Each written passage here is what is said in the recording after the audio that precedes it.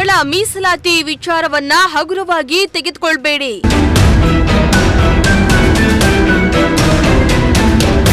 ಕಾಂಗ್ರೆಸ್ ಸರ್ಕಾರಕ್ಕೆ ದಲಿತ ಮುಖಂಡರಿಂದ ಖಡಕ್ ಎಚ್ಚರಿಕೆ.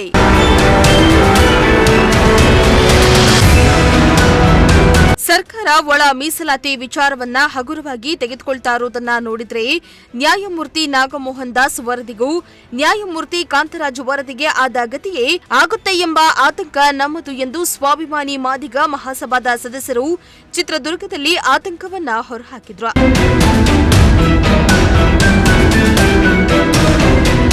ಇನ್ನು ನಗರದ ಪತ್ರಿಕಾ ಭವನದಲ್ಲಿ ಸುದ್ದಿಗೋಷ್ಠಿಯನ್ನ ನಡೆಸಿ ಸ್ವಾಭಿಮಾನಿ ಮಾದಿಗ ಮಹಾಸಭಾದ ಮುಖಂಡ ಮೋಹನ್ ಮಾತನಾಡಿ, ಸಚಿವ ಸಂಪುಟ ಸಭೆಯನ್ನ ಮುಂದೆ ಹಾಕಿ ಎಲ್ಲಾ ಜಾತಿ ಉಪಜಾತಿಯವರನ್ನ ಬೀದಿಗೆ ಇಳಿಸಿ ಗೊಂದಲವನ್ನ ಹುಟ್ಟುಹಾಕಲು ಸಂಪುಟದ ಸದಸ್ಯರೇ ಮುಂದಾಗಿದ್ರು.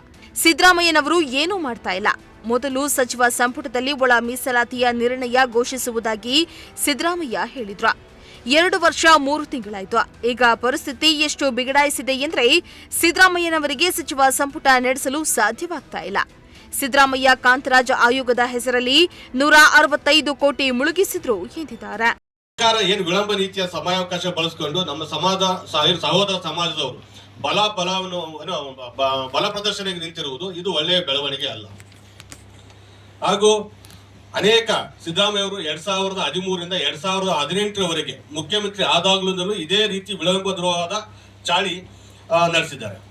ಈಗಲೂ ಅದನ್ನೇ ಮುಂದುವರಿಸ್ಕೊಳ್ತಾ ಬರ್ತಾ ಇದ್ದಾರೆ. ಏನು ಆ ಸರಿ 2013ರಿಂದ 2018ರವರೆಗೂ ಸಮಯವನ್ನ ಟ್ರ್ಯಾಕ್ ಮಾಡ್ಕೊಳ್ತಾ ಬಂದ್ರು, ಕೊನೆಗೆ ಮತ್ತೆ ಮುಂದಿನ ಚುನಾವಣೆಯಲ್ಲಿ ಮಾಡ್ತೀವಿ ಅಂತ ಹೇಳ್ತಾ ಹೋದ್ರು. ಮತ್ತೆ ಅದೇ ಚಾಳಿಯನ್ನ ನಮಗೆ ಮುಂದುವರಿಯುವಂತ ಕಾರಣಗಳು ಕಾಣಿಸ್ತಾ ಇದೆ. ಆಗಸ್ಟ್ 1ಕ್ಕೆ ಸುಪ್ರೀಂ ಕೋರ್ಟ್ ತೀರ್ಪು ಬಂದು ವರ್ಷ ಕಳೆಯಿತು. ಒಂದೇ ಒಂದು ಹೆಜ್ಜೆನೂ ಇಲ್ಲಿಯವರೆಗೂ ಒಳ ಮೀಸಲಾತಿ ವಿಚಾರದಲ್ಲಿ ಈ ಕಾಂಗ್ರೆಸ್ ನೇತೃತ್ವದ ಸರ್ಕಾರ ಅಥವಾ ಮುಖ್ಯಮಂತ್ರಿಗಳು ಒಂದೇ ಒಂದು ಹೆಜ್ಜೆನ ಇಳ್ತಾ ಇಲ್ಲ. ಅದಾದ ನಂತರ ಸಚಿವ ಸಂಪುಟ ಮುಂದಕ್ಕೆ ಹಾಕಿರೋದು. ಸಚಿವ ಸಂಪುಟ ಮುಂದಕ್ಕೆ ಹಾಕಿ ಎಲ್ಲಾ ಜಾತಿ ಉಪಜಾತಿಗಳನ್ನು ಬೀದಿಯಲ್ಲಿ ಒಡೆದಾಡುವಂತೆ ಮಾಡ್ತಿದ್ದಾರೆ. ಎಲ್ಲ ಪರಿಶಿಷ್ಟ ಜಾತಿಗಳು ಬರುವಂತೆ ಎಲ್ಲಾ ಜಾತಿ ಉಪಜಾತಿಗಳು ಬೀದಿಯಲ್ಲಿ ಬಡದಾಡ್ತಾ ಇದ್ದಾರೆ. ಏನು ಪರಿಶಿಷ್ಟ ಜಾತಿಗಳಿಗೆ ಗೊಂದಲ ಉಂಟು ಮಾಡಿ ಕಿತ್ತಾಟ ಸ್ಟಾರ್ಟ್ ಮಾಡಿ ಅದನ್ನು ಮತ ಬ್ಯಾಂಕ್ ಮಾಡಿಕೊಳ್ಳೋದೇ ಕಾಂಗ್ರೆಸ್ನ ಮೂಲಭೂತ ಉದ್ದೇಶ. ಹಾಗಾಗಿ ಏನು ನಮ್ಮ ಚಿತ್ರದುರ್ಗ ಡಿಕ್ಲರೇಷನ್ ಅಂತ ಏನು ಘೋಷಣೆ ಮಾಡಿದ್ರು, ಪರಮೇಶ್ವರ್ ನೇತೃತ್ವದಲ್ಲಿ ಪ್ರಣಾಳಿಕೆ ಸಮಿತಿಯನ್ನು ಮಾಡಿದ್ರು, ಮೊದಲ ಸಂಪುಟದಲ್ಲಿ ಒಳ ಮೀಸಲಾತಿಯನ್ನು ಜಾರಿ ಮಾಡ್ತೀವಿ ಅಂತ ಕೊಚ್ಕೊಂಡಿದ್ರು. ಈಗ 2 ವರ್ಷ 3 ತಿಂಗಳಾಯಿತು. ಈಗ ಪರಿಸ್ಥಿತಿ ತುಂಬಾ ಬಿಗಡಾಯಿಸಿದೆ. ಮಾದಿಗ ಸಮಾಜ ಎಚ್ಚೆತ್ತು ಕೂತಿದೆ. ಹಾಗಾಗಿ ನಾವು ಇಲ್ಲಿ ಸೇರುವಂತ ಎಲ್ಲ ಚಿತ್ರದುರ್ಗ ಮತ್ತು ರಾಜ್ಯದ ಮಾದಿಗ ಸಮಾಜಗಳು ಆಗ್ರಹಪೂರ್ವಕವಾಗಿ ಹೇಳ್ತಾ ಇದ್ದೀವಿ, ಸಿದ್ದರಾಮಯ್ಯನವರೇ ಆಗಸ್ಟ್ 19ರಂದು ಏನ್ ಸಭೆ ಕರೆದಿದೆ. ಮತ್ತೊಂದು ಹೇಳೋದು ಅಂದ್ರೆ ಏನ್ ಕಾಂತರಾಜ್ ಅವರ ಆಯೋಗದ 165 ಕೋಟಿಯನ್ನ ನೀರಿನಲ್ಲಿ ಹೋಮ ಮಾಡದಂಗೆ ಈ ನಾಗಮೋಹನ್ ದಾಸ್ ಆಯೋಗನು ಮಾಡೋದಕ್ಕೆ ತಾವು ಹೋಗ್ಬೇಡಿ. ಇದು ನಮ್ಮ ಸಲಹೆ ಮಾನ್ಯ ಮುಖ್ಯಮಂತ್ರಿಗಳಿಗೆ.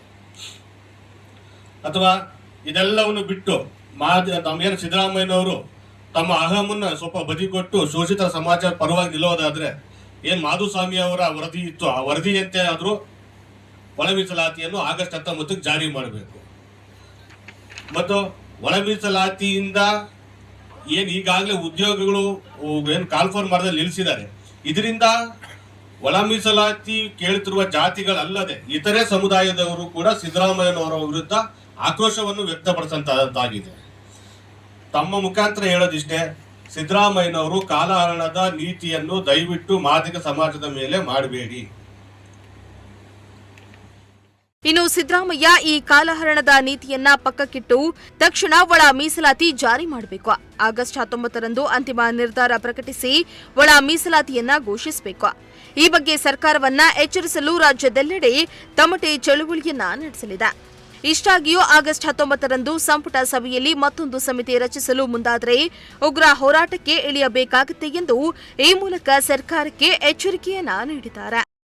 ನಾವು ಕಳೆದ 35 ವರ್ಷಗಳ ಕಾಲ ಈ ಒಂದು ಹೋರಾಟವನ್ನು ಮಾಡ್ಕೊಂಡು ಬರ್ತಿರುವಂತಹ ಒಳ ಮೀಸಲಾತಿ ಹೋರಾಟದ ಪರಿಚಯ ತಮ್ಮೆಲ್ಲರಿಗೂ ಇದೆ. ಈ ಪತ್ರಿಕಾಗೋಷ್ಠಿಯ ಇವತ್ತಿನ ಮುಖ್ಯ ಅಂಶ ಏನು ಅಂತಂದ್ರೆ, ನ್ಯಾಯಮೂರ್ತಿ ನಾಗಮೋಹನ್ ದಾಸ್ ಅವರು ಆಗಸ್ಟ್ 4ಕ್ಕೆ ವರದಿಯನ್ನು ಮಂಡಿಸಿದ್ರು. ತದನಂತರ ಆ ವರದಿ ಮಂಡಿಸಿದ ದಿನ ನಂತರವೇ ಆಗಸ್ಟ್ 16ಕ್ಕೆ ಸಂಪುಟ ಸಭೆಯನ್ನು ವಿಶೇಷ ಸಂಪುಟ ಸಭೆಯನ್ನು ಮಾನ್ಯ ಮುಖ್ಯಮಂತ್ರಿಗಳು ಕರೆದ್ರು. ತದನಂತರ ಆಗಸ್ಟ್ 16 ಕರೆದಂತ ಒಂದು ವಿಶೇಷ ಸಂಪುಟ ಸಭೆಯನ್ನು ಆಗಸ್ಟ್ 19ಕ್ಕೆ ಮುಂದೂಡಲಾಯಿತು. ಹೇಗೂ ಅದನ್ನ ಮುಂದೂಡಲಾಯಿತು? ಒಳ ಮೀಸಲಾತಿ ವಿರೋಧಿಗಳಿಗೆ ಸರ್ಕಾರದ ಮೇಲೆ ದಬಾವಣೆ ಮಾಡಲಿಕ್ಕೆ ಸಿದ್ದರಾಮಯ್ಯನವರು ನೇರವಾಗಿ ಅವಕಾಶ ಮಾಡಿಕೊಡುವುದು ಇದರ ಮೂಲ ಉದ್ದೇಶ.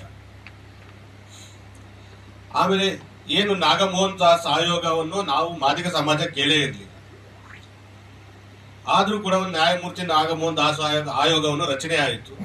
ಆ ರಚನೆ ಆದ ನಂತರ ಒಂದು ಅಧಿಕಾರಿಗಳ ತಂಡ ಮಾಡಿದರು. ಏನು ಒಂದು ಪ್ಲಾನಿಂಗ್ ಕಮಿಷನ್ ಅವರ ನೇತೃತ್ವದಲ್ಲಿ 16 ಜನ ಅಧಿಕಾರಿಗಳ ನೇತೃತ್ವದ ತಂಡವನ್ನು ಮನೆ ಸಿದ್ದರಾಮಯ್ಯನವರು ಮಾಡಿದರು. ಆ ಸಿದ್ದರಾಮಯ್ಯನವರು ಮಾಡಿದಂಥ ಸರ್ಕಾರದಲ್ಲಿ ಮಾದಿಗ ಸಮಾಜದ ಒಬ್ಬ ಅಧಿಕಾರಿನೂ ಇರಲಿಲ್ಲ. ಪೂರ್ತಿ ನಮ್ಮ ಸಹೋದರ ಸಮಾಜದ ಅಧಿಕಾರಿಗಳೇ ಇದ್ರು. ಆ ಅಧಿಕಾರಿಗಳೇ ಇದ್ದಂತ ಒಂದು ತಂಡವನ್ನು ರಚಿಸಿದ್ರು. ಅದಾದ ನಂತರ ನಾಗಮೋಹನ್ ದಾಸ್ ಅವರು ವರದಿಯನ್ನು ಮಂಡಿಸ್ತಾರೆ. ಈಗ ಏನು ಅಧಿಕಾರಿಗಳ ತಂಡದ ಸಮಾಜನೇ ಈ ಒಂದು ಆಯೋಗದ ವರದಿಯನ್ನ ವಿರೋಧಿಸುವಂತ ಕೆಲಸವನ್ನು ಮಾಡ್ತಾ ಇದೆ. ಈ ಸಂದರ್ಭದಲ್ಲಿ ದಲಿತ ಮುಖಂಡರು, ಕಾರ್ಯಕರ್ತರು ಹಾಜರಿದ್ದರು. ವೆಂಕಟಾಚಲಪತಿ, ಪ್ರಜಾಶಕ್ತಿ ಟಿವಿ, ಚಿತ್ರದುರ್ಗ.